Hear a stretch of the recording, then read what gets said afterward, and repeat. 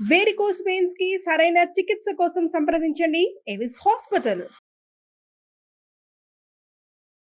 నమస్కారం. మాఘపురాణం 28వ రోజు పారాయణలోకి వచ్చాం. ఈరోజు మహాశివరాత్రి. మన మాఘమాసంలో చతుర్దశి, త్రయోదశి కలిసి ఉండాలంటారు. అంటే త్రయోదశి వెళ్ళాలి, రాత్రికి చతుర్దశి ఉండాలి.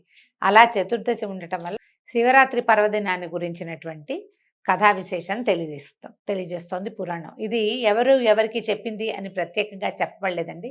నైమిషారణ్యపు గాథల్లో ఇది కూడా చెప్పబడింది అన్నమాట. బహుళ అమావాస్యకి ముందు రోజున వచ్చేటువంటి చతుర్దశిని మహాశివరాత్రి అంటారు. ఈశ్వరునికి అత్యంత ప్రీతిపాత్రమైనది అవటం వల్ల ముల్లోకాల్లోని సమస్త ప్రాణులు శివుణ్ణి ఆరాధిస్తాయి. మహాశివరాత్రి నాడు శివారాధన చేస్తే సర్వ పాపాలు నశించిపోతాయి. అయితే శివరాత్రి అనేది ప్రతి మాసంలోనూ వస్తుంది. దాన్ని మాస శివరాత్రిగా చెప్తాం. మాస శివరాత్రి యందు శివార్చన కూడా చాలా అద్భుతమైన ఫలితాన్ని ఇస్తుందండి. ప్రదోష కాలార్చన అద్భుతమైన ఫలితాన్ని ఇస్తుంది. ఈ మహాశివరాత్రి నాడు మిగిలిన మహాశివరాత్రులన్నీ చేసినా చేయకపోయినా మాఘంలో వచ్చేటువంటి మాస శివరాత్రి అయిన మహాశివరాత్రిని మాత్రం యావత్ భారతదేశము జరుపుకుంటుంది. ఈ రోజున మనం చాలా చిన్నది స్నానము, ఉపవాసము, జాగరణ, శివారాధన, ఒక్క మారేడు దళం, ఒక్క చెంబెడు నీళ్లు, ఒక 3 ఉద్ధరణల నీళ్లు పోసినా సరే పరమేశ్వరుడి మీద మనకి ఫలితం లభిస్తుంది అని చెప్తారు. ఒక్క పూట ఉపవాసం కనీసం ఇలా చేయగలిగితే అద్భుతమైన ఫలితాన్ని ఇస్తుంది. ఈ అమోఘమైన ఫలితాన్ని ఇచ్చేటువంటి మాఘంలోనే ఈ మహాద్భుత ఫలితాన్ని చూపించేటువంటి మహాశివరాత్రి కూడా రావడము మరింత విశేషంగా చెప్పుకోవాలి.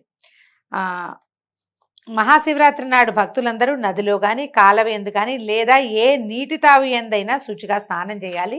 పిమ్మట పరమేశ్వరుని పూజించాలి. మహాశివరాత్రి నాడు మహేశ్వరుని బిల్వపత్రాలతో పూజిస్తే మంచిది.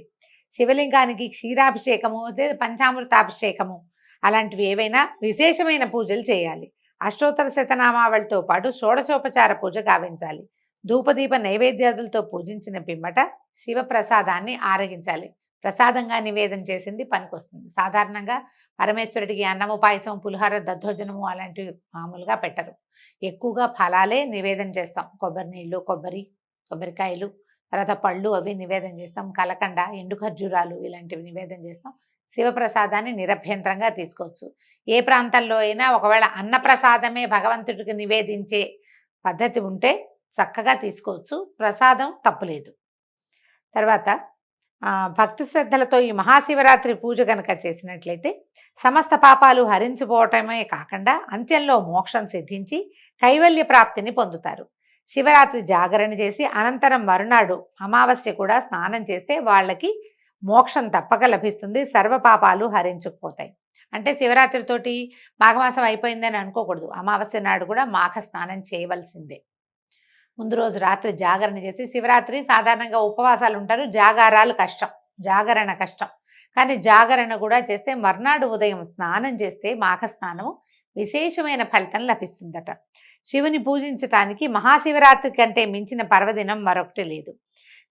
శివునికి అత్యంత ప్రీతిపాత్రమైన ఈ రోజున అన్ని శివాలయాల్లో శివార్చనలు, బిల్వార్చనలు, రుద్రాభిషేకాలు మునుగునవి విశేషమైన పూజలు జరుగుతూ ఉంటాయి. అవి కనుక మనం చేయగలిగితే, మనమే స్వయంగా సంకల్పించి చేసుకుంటే పరమేశ్వరునికి అత్యంత ప్రీతిపాత్రులై కైలాసవాసాన్ని పొందుతారు.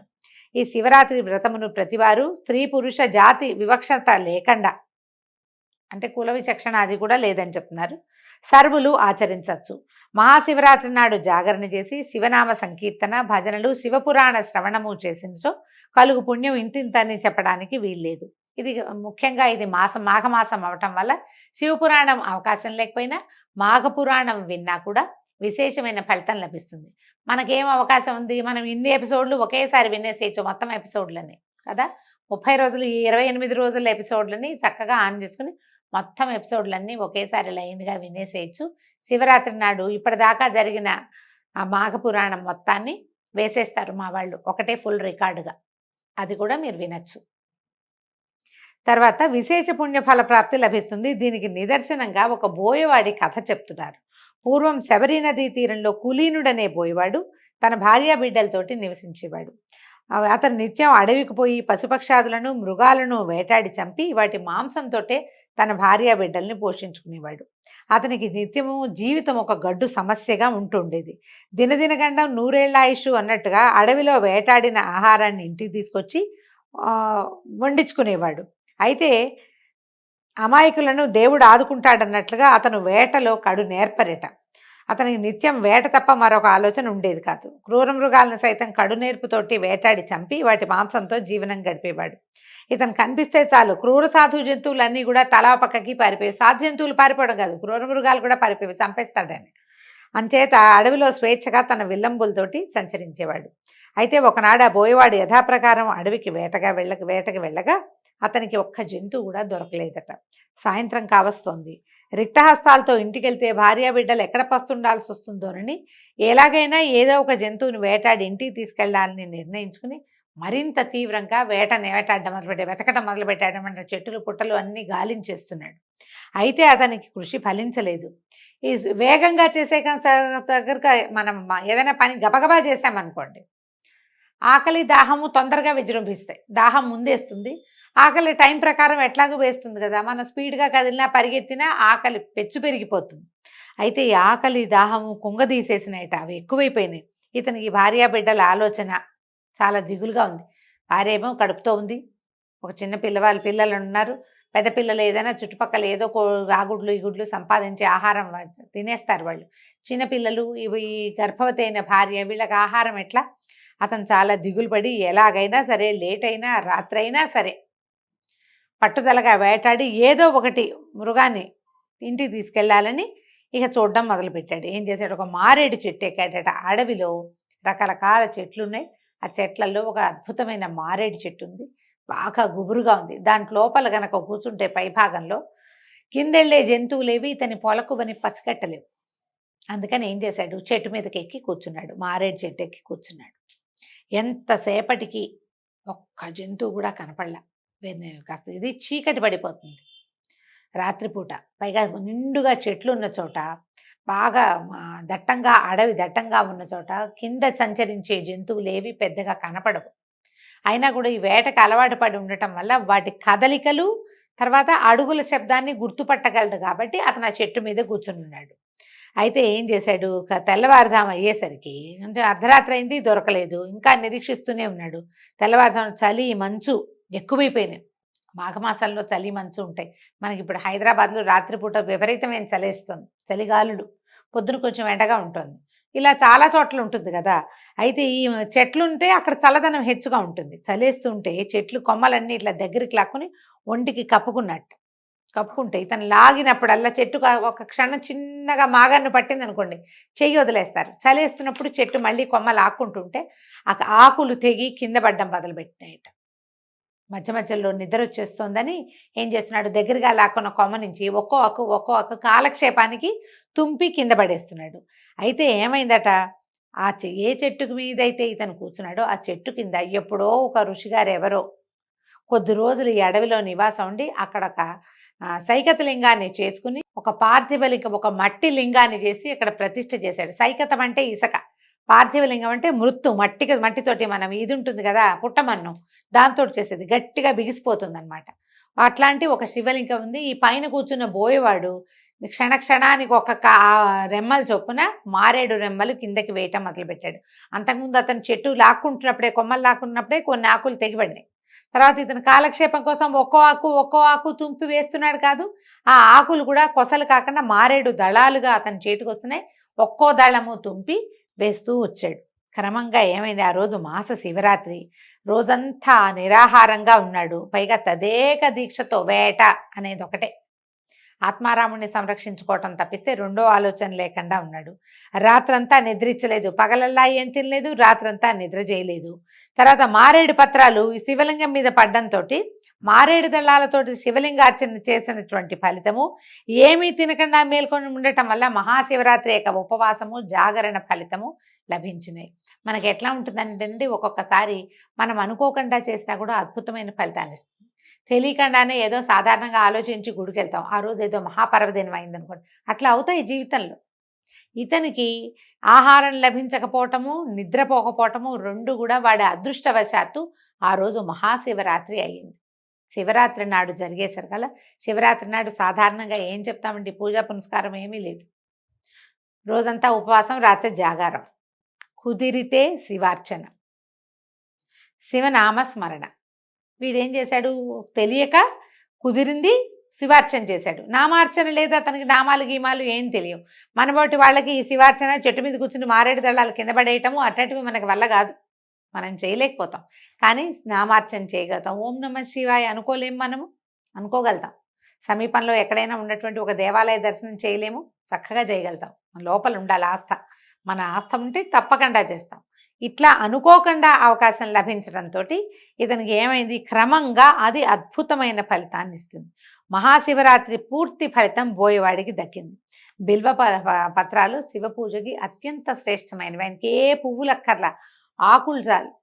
ఆ మూడు ఆకులు ఉంటాయి. అది త్రిదళం త్రిగుణాకారం త్రినేత్రం త్రియాయుధం అంటారు. త్రిదళాలు ఉండాలి. 3 దళాలుండి ఇట్లా మూడో కన్నులాగా, అంటే 2 కళ్ళు పక్కన పైకి ఒక మూడో కన్నులాగా కనపడుతుంది. గమనించండి బిల్వపత్రాన్ని ఒకసారి. ఆ మారేడు దళాల పూజ చాలా అద్భుతమైన శ్రేష్టమైన పూజ కాబట్టి ఆ ఫలితాన్ని కూడా ఉపవాస జాగరణలతో పాటు అతను దక్కించుకున్నాడు.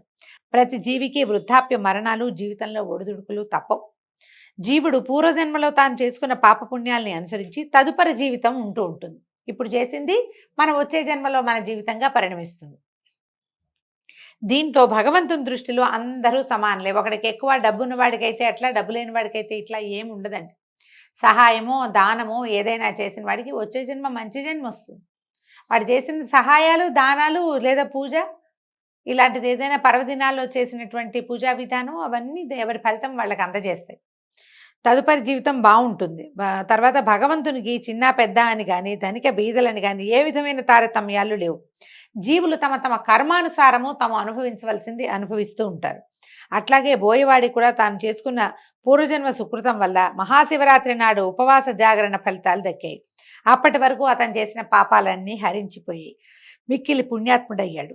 కడపటి దినాలు అతనికి వృద్ధాప్యం వచ్చి క్రమంగా ఆ రోజు జరిగింది, మర్నాడు ఏదో ఆహారం దొరికింది, ఇంటికి తీసుకుపోయాడు, జీవితం గడిచిపోయింది ఎట్లాగో. కానీ ఆ రోజున అతను చేసినటువంటి దాని ఫలితం మాత్రం అతనికి లభించే తీరుతుందన్నమాట. వృద్ధాప్యం వచ్చి సహజంగా మరణస్థితిని పొందాడు. మరణించిన వారి ప్రాణాలు తీసుకుపోవటానికి ముందుగా వచ్చేది సహజంగా యమదూతలు వస్తారు. యథాప్రకారం బోయవాడి ప్రాణాలు కొనిపోవటానికి యమదూతలు వచ్చి అతని ప్రాణాలు తీసుకొని పోతుండగా కైలాసం నుంచి శివదూతలు వచ్చి యమదూతల నుంచి ఈ బోయవాడి ప్రాణాలని లాక్కుపోయారట. యమదూతలు వచ్చి ఈ విషయాన్ని యమధర్మరాజుకు చెప్పారు. యముడు తనలో తను తర్కించుకుని పరమేశ్వరుడితో మాట్లాడడానికి శివదర్శనార్థమై కైలాసానికి వెళ్ళాడు. పరమేశ్వరుడికి నమస్కారం చేశాడు. భూతగణాధిసేవితుడైనటువంటి పరమేశ్వరుణ్ణి చూసి పరిపరి విధాలుగా ప్రార్థించాడు యముడు. దీర్ఘాయుష్మాన్ భవ అని దీవించినటువంటి పరమేశ్వరుడు, యమధర్మరాజా కుశలమైన ఏ ఆంతర్యంతో ఇలా వచ్చావు, ఏదైనా మాట్లాడాలని వచ్చావా, ఏమిటి నీ రాకలోని ఆంతర్యం ఏమిటని ప్రశ్నించాడు. అయితే ఇప్పుడు ఈయన అడుగుతున్నాడు అనమాట యమధర్మరాజు, పరమేశ్వర ఏమని చెప్పను స్వామి, మేము ఒక జీవిని పుట్టుపూర్వత్వరాలను పాపపుణ్యాలని పరిశీలించి అతడు పుణ్యాత్ముడా పాపాత్ముడా అని నిర్ధారణ చేసుకున్న తర్వాతే పాపుల ప్రాణాలు తీసుకుపోయి శిక్షిస్తాం. అట్లాగే ఇంతకుముందు మీ దూతలు ఒక బోయవాడి ప్రాణాలని మా భటుల నుంచి లాక్కొచ్చారు.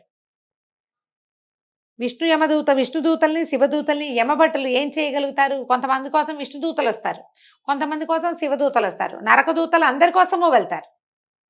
వాళ్ళని మేమేమీ చేయలేము, నరకదూతలు ఏమీ చేయలేరు యమదూతలు. అయితే మీ వద్దకు తేబడినటువంటి ఆ బోయవాడు మహాపాపి, నిత్యము జీవహింసతోటే కాలం వెళ్ళబుచ్చాడు, దయాదాక్షిణ్యాలు లేని క్రూరుడు, ఏనాడు దైవ చింతనాన్న పేరే ఎరగడు, భక్తితో భగవంతుని ఆరాధించడం వాడి జీవితంలోనే లేదు. అలాంటి పాపాత్ముడు ఒకనాడు మహాశివరాత్రి పర్వదినాన యాదృచ్ఛికంగానే తిండి తినక రాత్రంతా మేల్కొని ఉన్నాడు. అదంతా అతను స్వార్థంతోటే చేశాడు కానీ పరమేశ్వరుని పట్ల భక్తితో చేయలేదు ప్రభు. వేటాడుకు జంతువులు దొరక్క తినలేదు. చిత్తశుద్ధితో మారేడు దళాలతోటి శివ పూజ చేయలేదు వాడేమే. కానీ అతను కూర్చున్న చెట్టు యాదృచ్ఛికంగా అతనికి లభించింది. ఆ చెట్టు కిందనే శివలింగం మీద మారేడు దళాలు పడడం కూడా యాదృచ్ఛికం, అంతా యాక్సిడెంటల్గా జరిగినాయి అన్నమాట, అన్ఎక్స్పెక్టెడ్గా జరిగినాయి. అయితే ఏదో ఇన్వాలంటరీగా జరిగినాయని కూడా చెప్పచ్చు. చిత్తశుద్ధితో శివుని పూజించలేదు, ఇదంతా యాదృచ్ఛికమే. అట్లాంటి కఠినాత్ముడు, క్రూరుడు, మహాపాపి, అసలు భక్తే లేనివాడైనటువంటి బోయవాడికి కైలాస ప్రాప్తి ఎట్లా వస్తుంది స్వామి? అంత మాత్రానికి వాడికి పుణ్యఫలం ఎట్లా అబ్బుతుంది? ఈ ధర్మ సందేహాన్ని తీర్చుకోవడానికే మీ దగ్గరకు వచ్చానని చెప్పాడు. అప్పుడు చిద్విలాసమూర్తి అయినటువంటి పరమేశ్వరుడు చిరునవ్వులతోటి ఇట్లా సెలవిచ్చాడట, ఓ యమధర్మరాజా, ఇదొక ధర్మ సూక్ష్మం. అగ్నిని తెలిసి ముట్టుకున్నా తెలియక ముట్టుకున్నా అంటుకొని బాధించటం మానదు. అలాగే పాపపుణ్యాలు తెలియక చేసినా తెలిసి చేసినా అంటక మానవు. కావున నాకు అత్యంత ప్రీతిపాత్రమైన శివరాత్రి నాడు ఆ బోయవారిని కారణం వల్లనే కదా బిల్వపత్రాలతో అర్చన జరిగింది. బోయవారి చిత్తం ఎట్లా ఉన్నా సరే వాడు ఉపవాసము జాగరణ చేశాడు. శివరాత్రి నాడు ఎవరు ఎట్లా లింగార్చన చేసినా కూడా పుణ్యం దక్కాలనే నియమం వల్లనే ఆ బోయవాడు కూడా సర్వపాప విముక్తుడై కైలాస ప్రాప్తికి అర్హుడయ్యాడు. కాబట్టి బోయవానికి మహాశివరాత్రి వ్రత ఫలితం దక్కింది. అందుకే అతను శివ సాయుధ్యాన్ని పొందగలుగుతున్నాడని వివరించాడు. యముడి ధర్మ సూక్ష్మతను గ్రహించాడు. బోయవాడు శివ సాయుధ్యాన్ని పొందటం న్యాయమని భావించి పరమేశ్వరుని వద్ద సెలవు తీసుకుని తన నిజ నివాసానికి వెళ్ళాడు. అంటే తెలిసి తెలియక కాకపోయినా తెలిసి ఎంతో కొంత ఇది శివరాత్రి ఈ రోజున పూజ చేయాలి అని భావించి ఎంతో కొంత లింగార్చన ఎవరో పూజ చేసుకుంటున్నారు, వాళ్ళకి బిల్లదళాలు ఇవ్వండి. మన వాకిట్లో ఉంటే వాళ్ళు ఎవరైనా దళాలు కోసుకుంటుంటే చెట్టంతా తీసేస్తారని తిట్టిపోయకుండా మనం కాసిన కోసెట్టు పెట్టుకుని మిగిలిన వాళ్ళు విరిచేశారు. చెట్టు మళ్ళీ మొలుస్తుంది. భగవత్ ప్రసాదితమైనటువంటి మారేడు చెట్టు, ఆ మారేడు దళాలు భగవత్ పూజకే అంకితం అవ్వాలి. ఎవరు తినరు బిల్వదళాలని, పూజే చేసుకుంటారు. ఈ పండగ రోజున ఎవరైనా మన వాకిట్లో పువ్వులు కోసుకున్నా బిల్వదళాలు కోసుకున్నా ఏమీ అనకండి. 4 బిల్వదళాలు ఉంటే చాలు మన పూజకి. ఆ బిల్వదళాలతోటి అర్చన చేయటం. మన ఇంట్లో చిన్న శివలింగం ఉంటే మామూలుగా షోకేస్లో ఉన్నా కూడా ఈ రోజున మనం ఇంట్లో దేవుడి దగ్గర పెట్టుకోవచ్చు. రేపు మళ్ళీ షోకేస్లో పెట్టుకుందాం. దేవుడి దగ్గర పెట్టుకొని కొంచెం శుభ్రంగా కడిగి తుడిచి ఓం నమ శివాయ లాంటి మామూలు మంత్రం పంచాక్షరి, మనకేం ఉపదేశం లేకపోయినా పర్వాలేదు, నమ శివాయ అని చెప్తూ మీకు శక్తి కలిగినన్ని సార్లు భగవంతునికి అభిషేకం చేసి పళ్ళు ఫలాలు ఏమైనా నివేదన చేసి అవకాశం ఉంటే ఉపవాసము, అంతకంటే అవకాశం ఉంటే జాగరణ కూడా చేస్తే అద్భుతమైన ఫలితం లభిస్తుందండి. సంవత్సరానికి ఒక్కసారి వచ్చే ఈ శివరాత్రి పర్వదినాన్ని జయప్రదంగా చక్కగా జరుపుకోండి సభక్తికంగా. దీంతో ఈరోజు పారాయణ పూర్తయిందండి. రేపు ఉదయం మళ్ళీ కలుసుకుందాం. నమస్కారం.